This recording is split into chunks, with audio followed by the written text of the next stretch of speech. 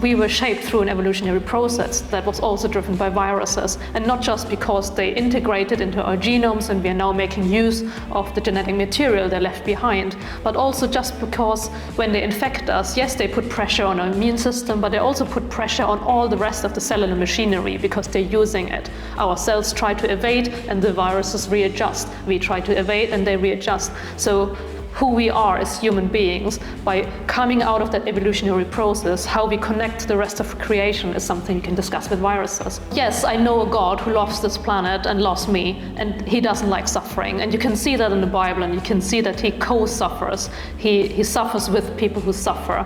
And in the Bible, interestingly, most of the people in the Bible, they don't have a problem with the existence of God and suffering. They deal with it, and it's part of them, and they don't question that there's a loving God. And I think that is really interesting. How can you tackle that tension?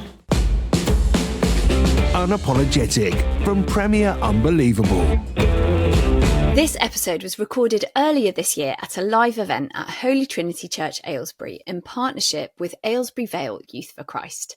I was speaking to Dr. Mirjam Schilling, who has a PhD in virology.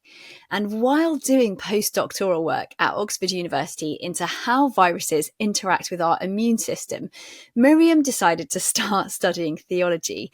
And she is now undertaking a PhD in theology, exploring how what we know about viruses can influence theological discussions. Just love to know a bit more about your own faith journey. Like, what was your experience of God as a child, Mirjam?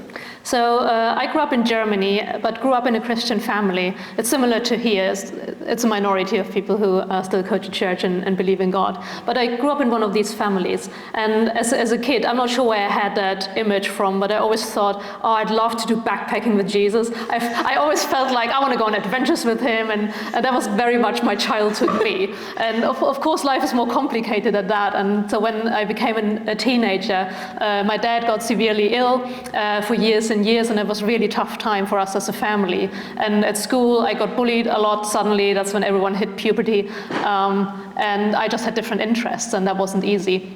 And so I was going back and forth between being afraid at home of things going worse and being afraid at school of things getting worse. And I think that's the first time I questioned not so much the existence of God, but I questioned whether this God is meaning well, if he's actually the good God that we all get preached about. And that was quite a tricky and challenging situation because my parents didn't have the capacity to talk this through with me for very good reasons. I didn't have any Christian friends because the church that we went to was like half an hour on the motorway away. There was barely anyone my age anyway. And the interesting thing is, because I love studying and I always have, the logical thing for me to do was find a Bible and start reading because I want to know. And I did the worst thing that people would advise you to do is I started and read it front to back. And of course that doesn't make a lot of sense for many people. And of course the first half is for most people also not very enjoyable because once you're past the main stories, there's lots of genealogy and like repetition and weird prophets. And I just made it through because I really wanted to know. And it took me a long time, and I think it was until the 2 Corinthians where Paul describes how he didn't need much more than God's grace because that's what was strong in him. And like that was God suddenly talking to me, knowing like I know this is really difficult and life is complex and you feel very much out of control because as a human being you are out of control, but that's not the point. I am real, and I hadn't questioned that. And the beauty of God being real is that if he lives in me, there's so much strength in that, and that totally transformed my life. And I can't really explain what happens when God comes into your life other than from from a very anxious state and understanding how little I'm in control and constantly being worried of things getting worse, back to a state where I was confident, not about myself, but about life, and because I knew there's a God who cares. And it changed me from, I'm an introvert. I like studying, I like being my little tiny study, and people were scary. When I was a kid, I didn't enjoy, I was always worried a bit about conversations. I didn't enjoy phone calls very much. And like once I had this encounter with God, I gained confidence, not because I knew that I'm great, but because I knew that he loved me and that he was part of my life. And I went from, I'd like to play theater in school, which is the worst thing you can do when you're afraid of people, to actually playing the main part in the theater production in my last year of school. And that was really interesting because I started to enjoy being who I am, and I started enjoying all these insecurities, not because they're great, but because they're part of life, and I could see God in them, not necessarily saying suffering is great. Of course it isn't, but I could see that God was bigger, and that's something so fundamental to who I am. I think I got a bit scared when I started thinking about studying natural sciences, because in Germany the main opinion was, this will deviate you from God. By the end of this, you will no longer believe in God. And I listened to these things, but I was so keen to study the sciences because nature is amazing. I wanted to know more, that I took the risk. And as you can see, being here today, no, it didn't deviate me.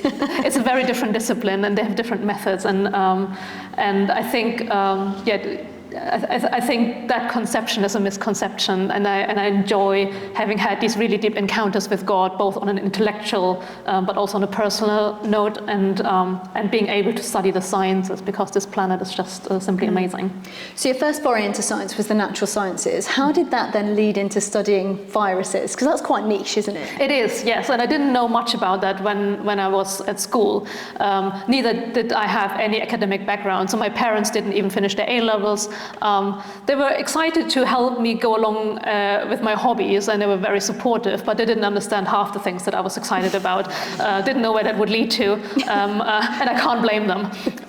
So that was really interesting. I always thought, at least in school, I had a rough idea of, I understand that there's cancer or other diseases, and so what I was interested in wasn't about dealing with the patients and trying to treat the symptoms.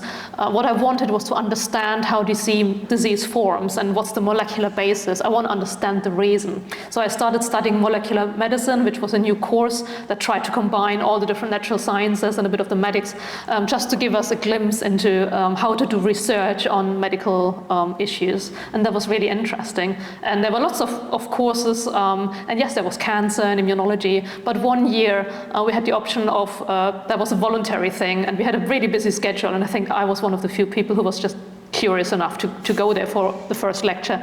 And I was intrigued because we had 3 or 4 different professors who all had a different approach and a different interest in virology. But what they had all in common was a passion to help us understand the molecular details and the beauty of these mechanisms in cells. And they taught us so much about cell biology and about the viruses itself that really intrigued me. And I stayed with them for an internship, and I stayed with them for a thesis, and I stayed with them for my PhD.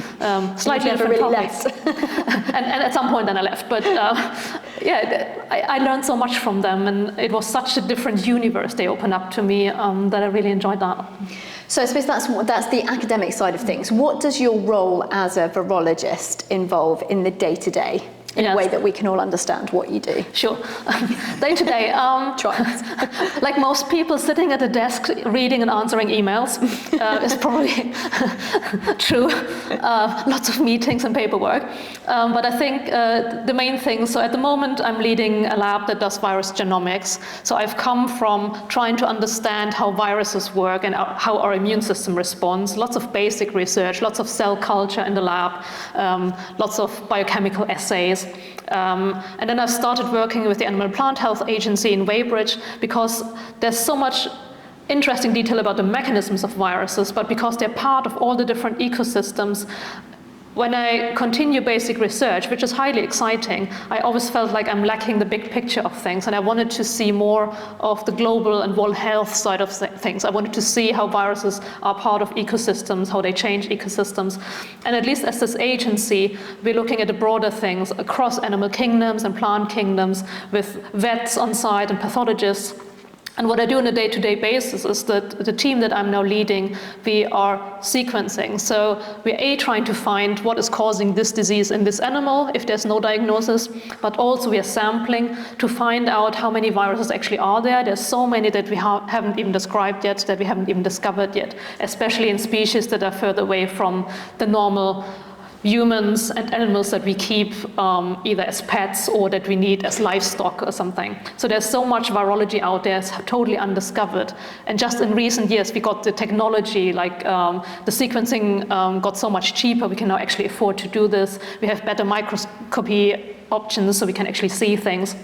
So now is the opportunity to understand how many viruses there are. So on a day-to-day basis, I'm making sure that my team can do the sequencing. Sometimes I do a bit of field work to actually get the samples, or I collaborate with people who do the field work for me, trying to find out what's actually happening in ecosystems, what are the interesting stories in animal and plant kingdoms, to say, here's something we need to understand, and then get the samples. We prep them, they go to the sequencing facility, lots of data comes back. So I learned how to do lots of bioinformatics just to analyze what we see in the data, and try to discover new viruses and then make sense of the data. Just a tiny little bit there. I suppose for most of us, 2020 was really when viruses became a big part of everyday life for all of us. What was your involvement in the COVID-19 pandemic? Because presumably, as a virologist, you were just a tiny bit busy. Yeah, we were all a tiny bit busy. I think I was probably one of the least busy people, because I was in a lucky position. So I was at Oxford University at that point, and of course there are so many really good scientists at Oxford. We all had to reduce capacity in the labs because of health and safety. So we worked in shifts around different topics. And in virology, we're also specialized. And before the pandemic, there were very few people doing coronaviruses. So what everyone else did who wasn't specialized in coronaviruses either had to build up the skills to work with coronaviruses, or use the existing skills that they had for questions around coronavirus and adapt protocols. And that's what my lab decided to do. So we were working on the question how things that change in your metabolism, like your inner organs have, for example, low oxygen conditions, and that of course changes how your cells metabolize things and how the cell mechanisms work. And we were basically asking, well, we've studied this for other types of viruses like hepatitis B and C, and then we were like, well, what's the consequence actually for coronaviruses? Because they replicate in the lung, that's lots of high oxygen, but once you have an inflammation in the lung, the oxygen levels go down. What happens to things around, like the receptors the virus needs to enter cells?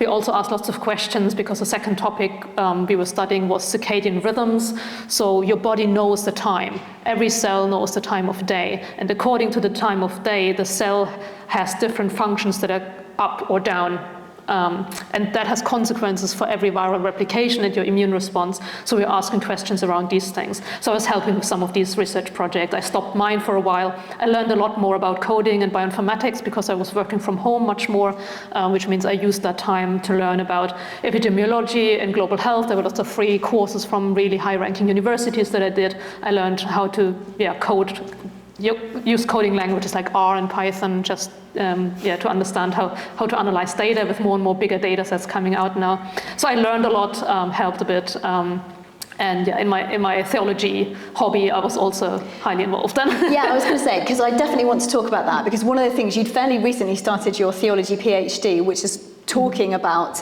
the impact of viruses on theology. So presumably you were asked a fair few questions as one of the only people sort of straddling two worlds. But just before we get to that, one of the things I often think about subjects like virology is it can often sort of be contained within the ivory towers of academia.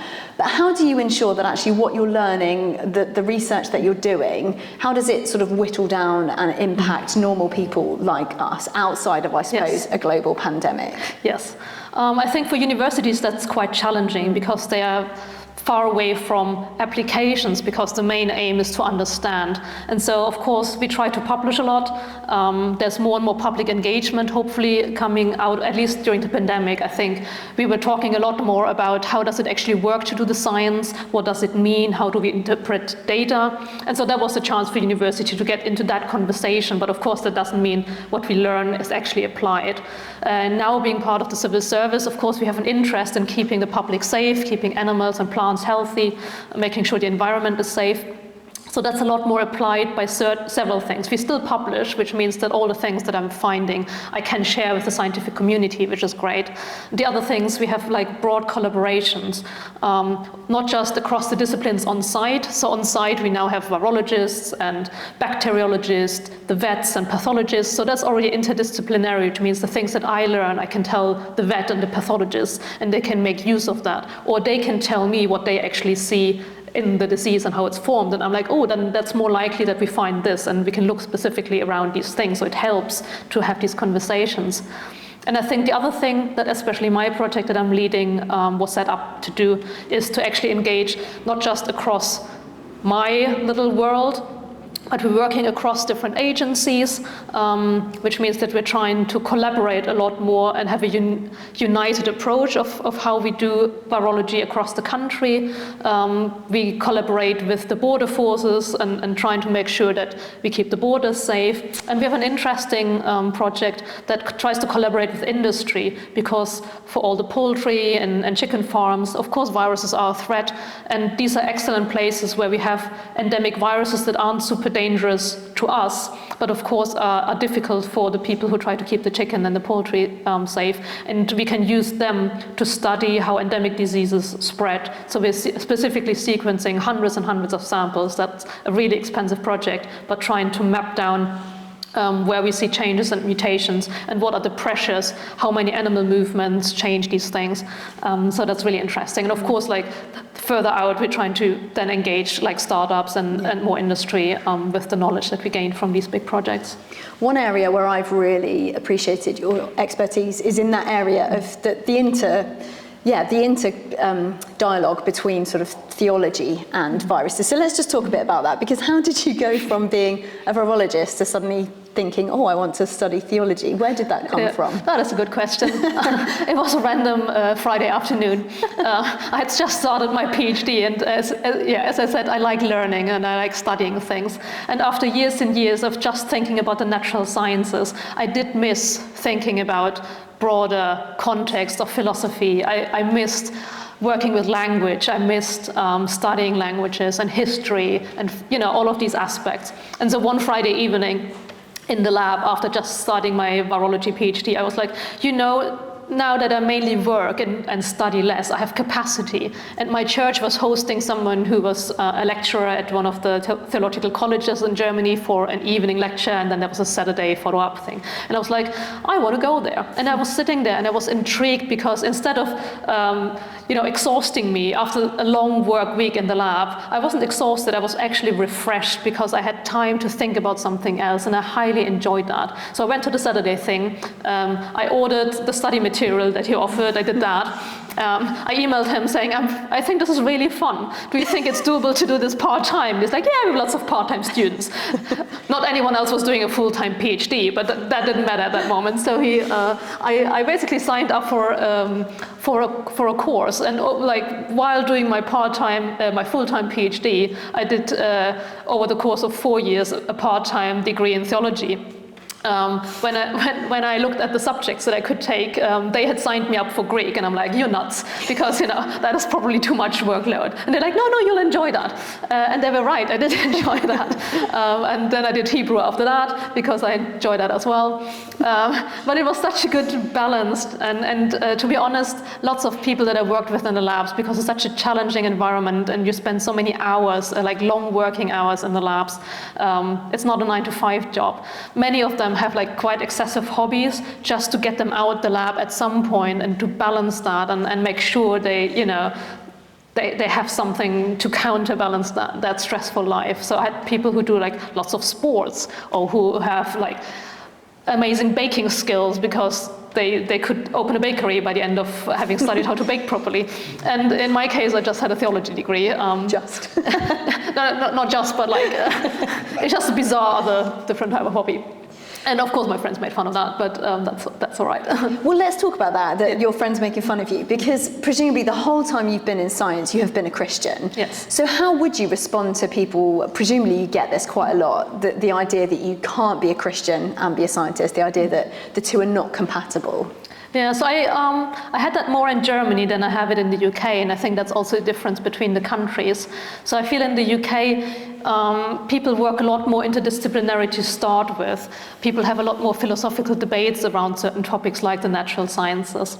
In Germany, there are very different universes, and people don't communicate between them. And I think both have a very weird understanding of how they work. So I think lots of Christians and theologians think the natural sciences just try to prove that the world works without God, and that's the premise. No, we don't. We just want to study how it works. There's no premise, or, that's what we try to do. And I think lots of natural scientists, and I think sometimes rightly so, look at a very narrow-minded theological field where we've basically reduced ourselves to some core methods. And I think that's really sad. And I think we should be braver also as theologians to embrace different questions and to think broader. I think there's good points we can make with the theology that we have. But I think we need to embrace the conversations, and I think because that's not happening in Germany, that's why I got a lot more weird questions around these things from my German colleagues than I have here. I think what it boils down to is that at some point, sooner or later, most scientists would agree that their science can't answer the question if there's a God or not, if they're really honest. And most people that I work with are honest about these questions. And I think that's really cool because I think for a long time we have hyped the sciences so much, or at least the public has. I think we need to be a bit more humble about what it can actually answer, and I think then it's a really enriching conversation. So I think they made a bit of fun of that, but they also understood that we can ask some honest questions in theology, and I think sooner or later, because these are people, they have life experiences, they see suffering, they experience death, they have questions about their purpose.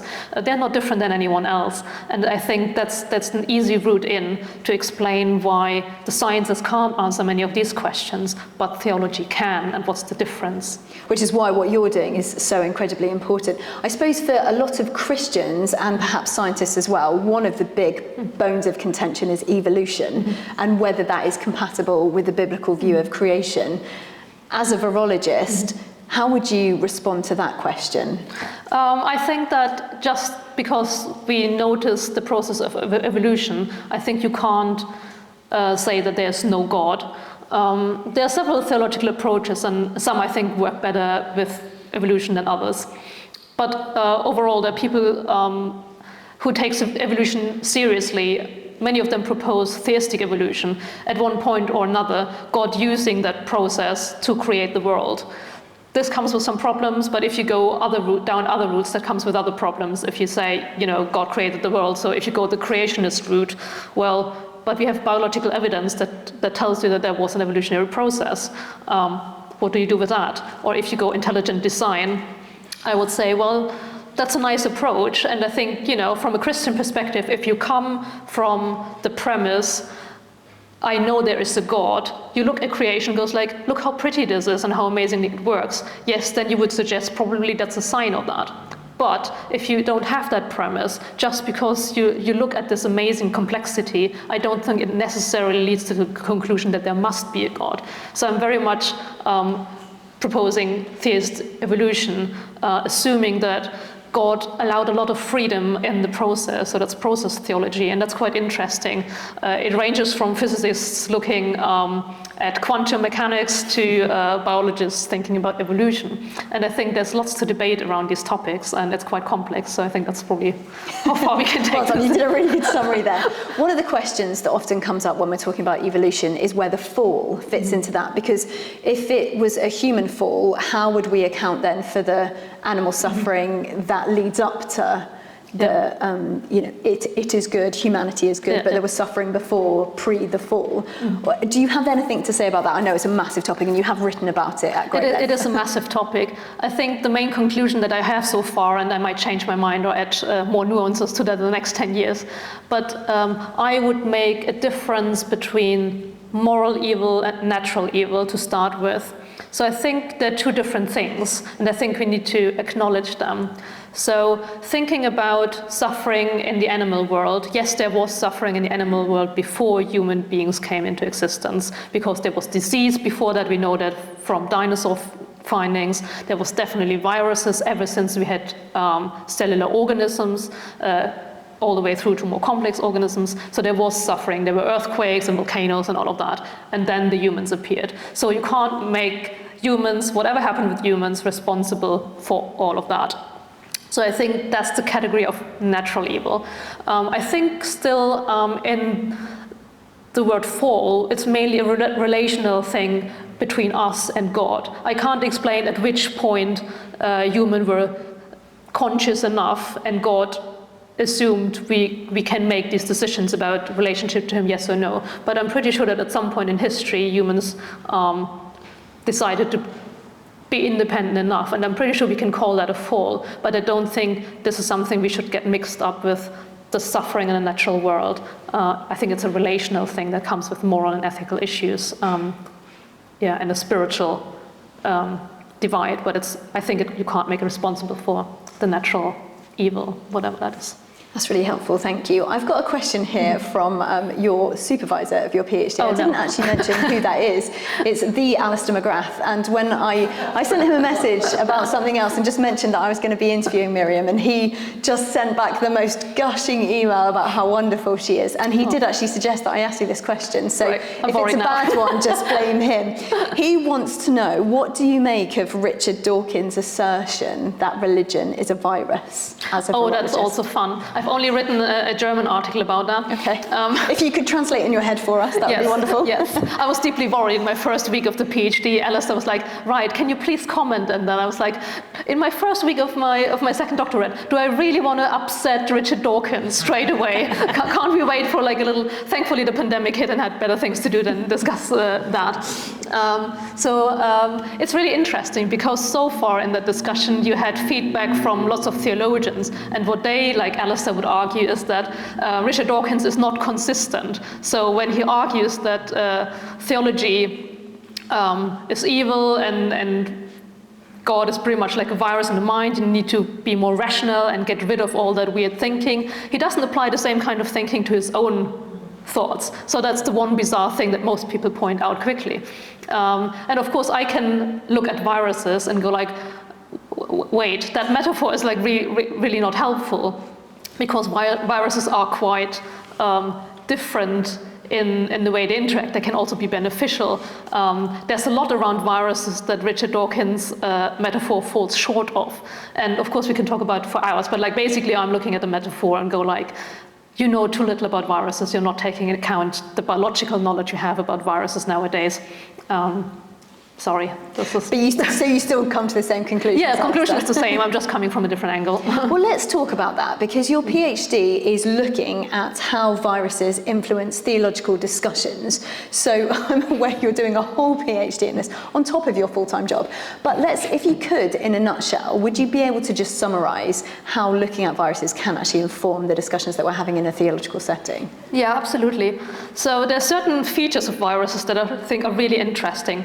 And so I look mainly at conversations about, of course, suffering and what we do with that theologically. And I think when you look at viruses, this becomes more complex, as there are many aspects of suffering that are very subjective. So if you look at the big picture of things, it is complex because different parts of ecosystems benefit, others don't. So I think we're looking usually from a very anthropocentric perspective on the suffering. And even within humankind, we usually look at my suffering. When I complain about suffering, I'm complaining about my suffering. I don't care about yours. And I think that is something we need to get out of that discussion, that it's a complex picture and it's a big story. We are part of ecosystems, we're part of creation, we're part of a big story. And just because this is currently bad for me doesn't mean that it takes away the benefit for the whole longer story. It doesn't justify it, and I'm not saying suffering is bad even if it's just me. But I think there's some humility we need to learn about our place in creation from this. I'm also looking at good and evil, and that connects usually with like, what do we think about viruses? Are they evil? Yes and no. The short answer is I would say no, because of the different functions they have in different parts of ecosystems, the benefits they bring to things, how they've shaped the planet that we live on. And there's so much they do, and I can't go into much detail here, but it's amazing, literally. the ways our bodies function, the way this planet looks like, the diversity of species we have, we wouldn't have any of that if it wasn't for viruses. The planet would look very differently, and might be better or worse, who knows, but it would be very different. So if we say this is beautiful or this is amazing, viruses were part of that.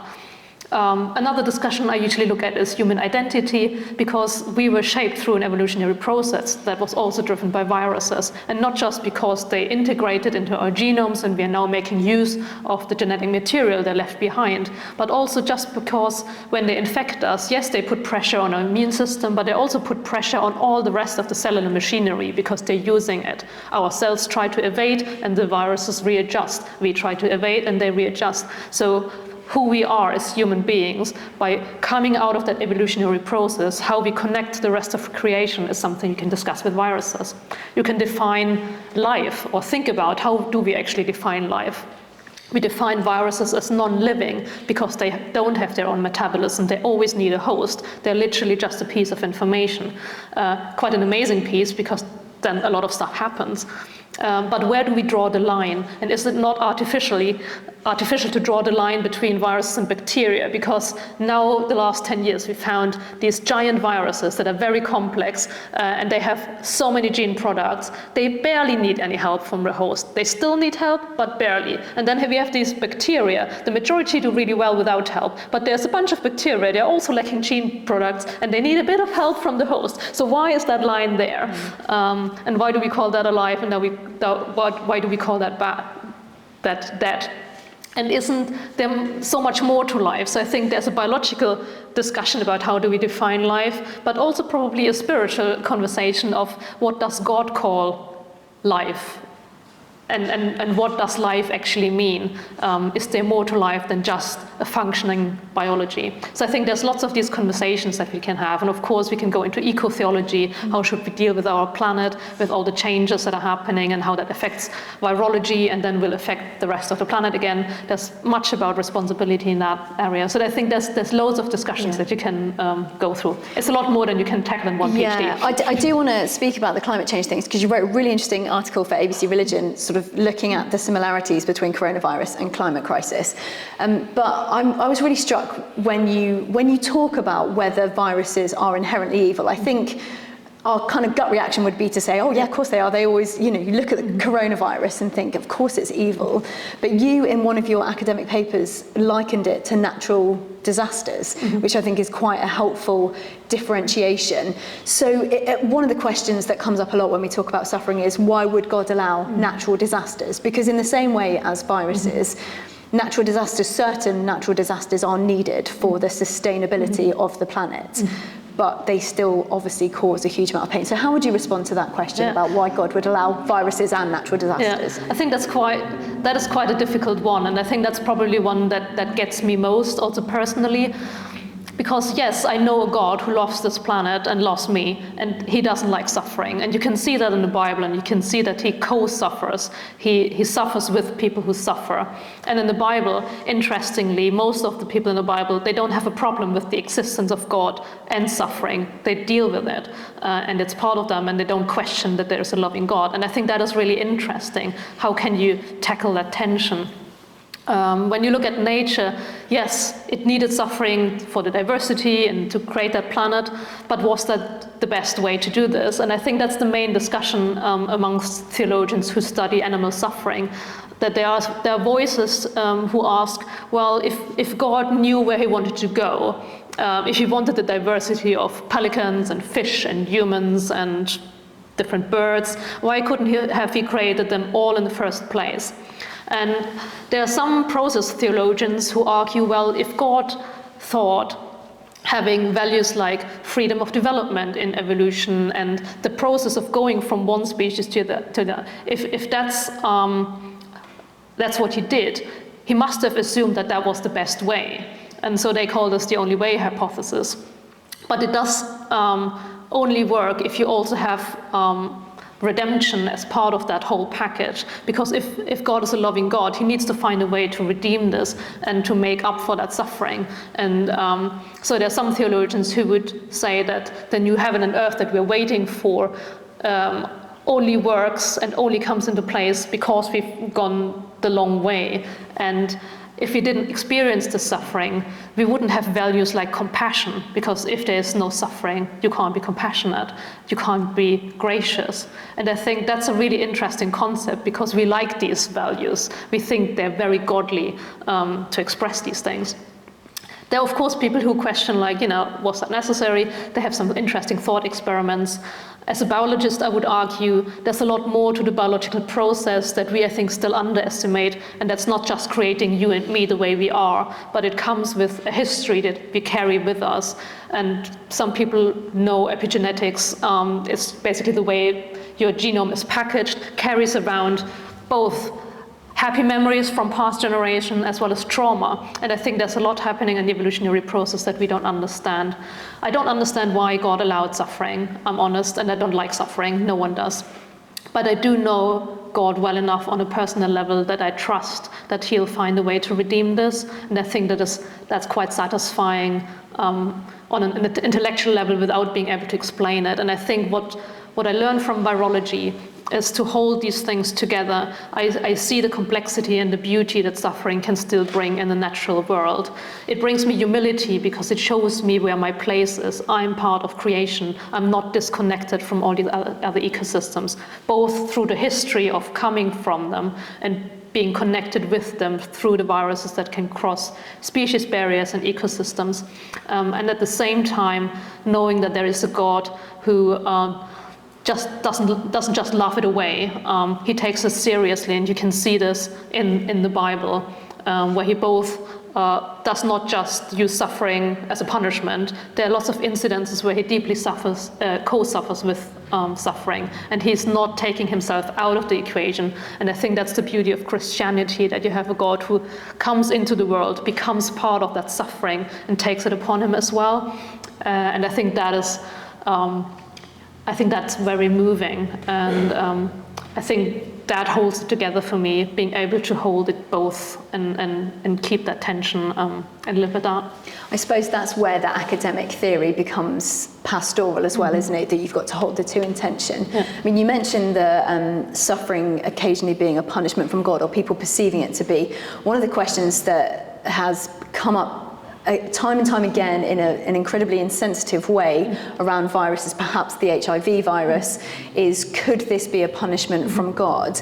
How would you respond to that question?